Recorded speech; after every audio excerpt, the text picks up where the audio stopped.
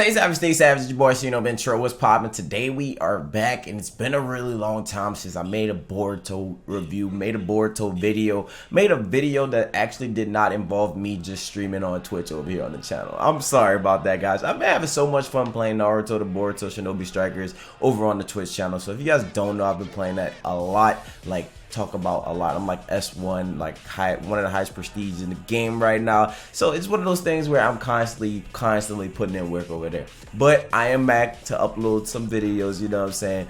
We did miss out on 3 episode reviews for Boruto. That's about 3 weeks of content. Holy smokes, you know, what have you been doing? Honestly, like I said, I've been having a blast over there. But today we're gonna talk about Boruto Naruto Next Generation's episode 73. I'm kind of gonna put a lot of my other opinions and thoughts about the previous episodes into this review as well. That way you guys can get a mist of everything and how I feel about everything as a whole, because I have not yet talked about episode 72 or episode 71 when everything started to kind of take place. I haven't talked about Onoki. I haven't talked about, you know, Mitsuki actually attacking the guards at the gate. I haven't talked about any of that at all because, you know, like I said, I've been streaming on Twitch a lot and that's kind of where I've been. So today we're going to get into this episode review. Let's get it. So off the back, I'm going to say it like this. This episode was really nice. Nice to see Orochimaru engage. And honestly, I'm not opposed to Orochimaru being a bad guy as well as a good guy. Like, Orochimaru has done a lot of different things regarding the shinobi world. We've seen a lot of different things that he's done in terms of his personal will and his personal gains, as well as him helping the outside world and stuff like that. Because if you guys don't remember, if it wasn't for him, you know, we wouldn't have saw the 4 Kages return. We wouldn't have saw Hashirama, Tobirama, Minato, and Saratobi reappear on the battlefield, as well as aid the other ninjas in the 4 Great Shinobi War and stuff like that. So honestly, that played a big role in actually turning the tide in the favor of the Team Alliance and shit like that. So I will say, for the most part, you know, he has come around and definitely showed me an impressive side where he's not completely on the side of destruction and the devastation. And then in this episode, we see Boruto and Sarada trying to seek him out. Now prior to that, we saw Onoki hanging around the village. They were actually talking about how they were plotting on getting ready for the Otsutsuki invasion, and we saw the previous Kages just really just chilling, you know what I'm saying? We saw A just chilling, we saw Mei just chilling. Kakashi was just yeah,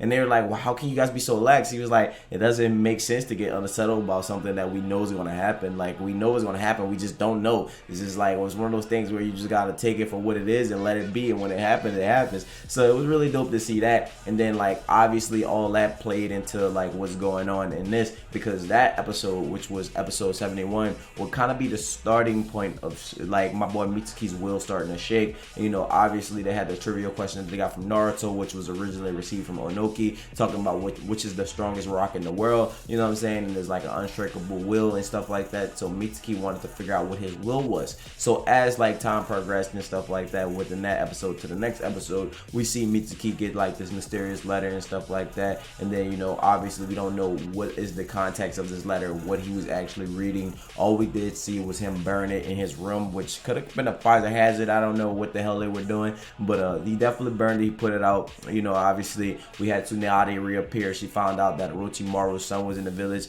She was not happy about that at all. She was looking at my boy Naruto yo, are you fucking nuts? Are you crazy?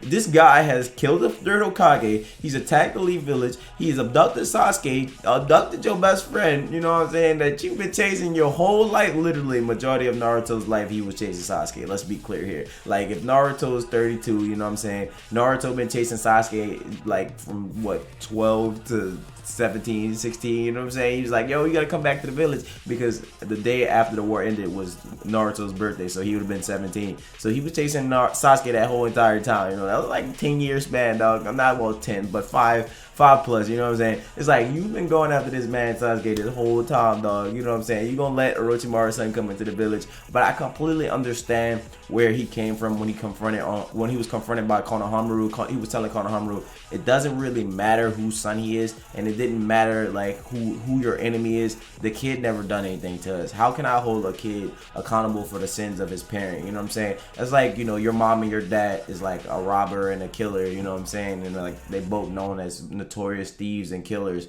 and everybody shames you because they believe that you're gonna come out that way, but you've never committed a crime in your life. So it's Naruto had a good point. When I saw that, I was damn, the writing in this is getting a little deep.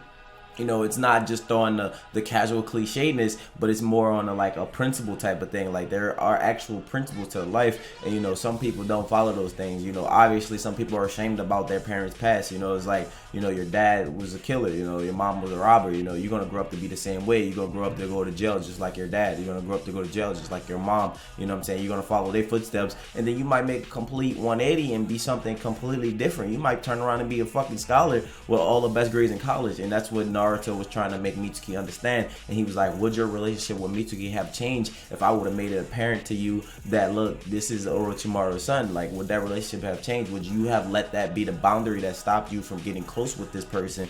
And honestly, like Konohamaru said, he enjoyed Mitsuki's company. He enjoyed Mitsuki as a person, and it makes more sense now, like, that obviously he is Orochimaru's son, but like the fact that he didn't know made it a little bit more easy for him to accept him, versus if he would have knew he was Orochimaru's son, Konohamaru would subconsciously put up this barrier. So we seen that mature side of my boy Naruto came out, and then we seen like the advisors be on the other fence of it. They was not messing with Naruto's opinion or his decision or nothing like that. And then we seen Tsunade try to get down his throat as well, but Kakashi, the OG, he was like, I'm gonna keep it a buck. I agree with Naruto. Obviously, you guys have your own opinions, but the thing is, we're not the Hokage. We're advisors. We are there to support the Hokage's decision. It doesn't matter what we imply our decision as. We here to give him advice, but at the end of the day, he's the Hokage. He makes the decision. We're supposed to help him resolve whatever issue he run into, or help him, make the best decisions for the village.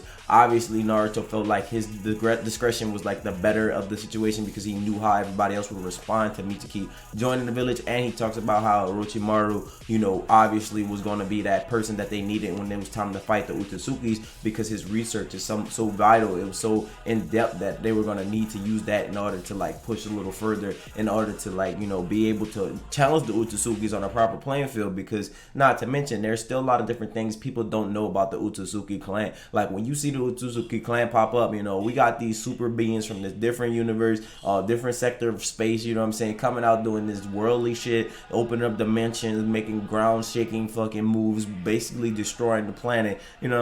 So how can you not want to use all your assets? Not to mention Orochimaru, like he said in this episode, he hasn't done anything in a really long time. So that was some beautiful writing right there. I like how they basically filled in a couple of the blanks, and they basically made it like Orochimaru was gonna be a good guy throughout the story. And then it's not to mention Orochimaru doesn't really know what's going on with Mitsuki. He was pretty confused about it. And then he even speaks to the other boy, Mitsuki, aka Log, and he talks about how, my boy is trying to figure out what's going on with him. And, this is the reason why he's doing this. He's trying to make sure his will is his own. And he's basically going to follow the dark path until he can actually become the light inside of the darkness. You know what I'm saying? So that was really nice. It was good to see Sarada as well as Boruto's cooperation working together to infiltrate Orochimaru's lair. It was really dope to see Orochimaru and my boy Boruto face to face. Honestly, I don't know what it was about that, but I thought that was like so fucking tight. Like, I don't know. Orochimaru even noted that he was just like his dad, obviously him being impatient, him being like the old fool Naruto. And I was just like, golly, bro, this is really taking you back. I felt a little bit of nostalgicness from around the time when my boy Naruto first encountered Orochimaru in his actual form, and not the form when he was hiding away in the Chunin exams. You know what I'm saying? But obviously this was like the first encounter for Boruto physically. I know there was a different way of Mitsuki being introduced as the son of Orochimaru in the manga compared to what's happening in the anime, but at the end of the day, we're still getting it, and they're actually putting more emphasis on it, and they're putting more more detail on it. They're giving us more of a bigger insight, and they're probably gonna sway Orochimaru. It was probably one of the weirdest things for me to see Boruto as well as Sarada find out that Mitsuki was like actually like a clone, like he was actually created in a lab. Not to mention Boruto saw a whole bunch of other Mitsuki clones basically being out there. I kind of felt bad for Mitsuki, and I also felt bad for Boruto, because Boruto didn't really see any of this coming. Not to mention the type of person he was. he didn't expect this to be like that, and you know, for his father not to actually be showing any emotion. Boruto's feeling like, oh, you just don't care because you have other copies of him. You know what I'm saying? It's one of those things where Boruto is actually putting in his real role as like a hero, or his real talk no jutsu on Orochimaru, and he's starting to get Orochimaru to see why Mitsuki wants to be with him, or why he's the best person for Mitsuki to be around, and helping him become that light in the darkness, supposed to be that moonlight. You know what I'm saying? So it's really clean just to see all that playing out. We got to see Karin pop up, dog. I ain't gonna lie, Karin looks so fucking good in this shit, dog. I was like, Karin. I was like, oh my god, like, bro, I was so happy to see Karin. I'm not even gonna lie. Now, in the ending of this episode, we did see Shikadai pull up, you know, with his team and stuff like that. I don't really know how this is going to go about, because I don't really think these teams should be mixing. And honestly, I feel like Boruto and Sarada kind of have the edge due to them having a little bit more of combination techniques with them. You know, obviously, they're fighting against the Ino Shikato Generation 2.0. But like those three don't really get well along, you know what I'm saying? It's very easy to break them apart, because all you gotta do is say something to Inogen, he gets in his feelings. You know, you go at Choji, she start acting irrational, and then Shikadai is probably the only one that's calm and cool. Obviously Mogo is there, so like that's probably gonna be their biggest issue. But outside of that, I mean, at the end of the day, I feel as though they should have realized that Boruto wouldn't just be acting rashly without like a valid reason. And I do believe this is a valid reason, because like, you know, he's going after his friend. He's going after somebody that he's been hanging out with the whole entire time. You know, somebody that we see him day in and day out hanging out with. You know,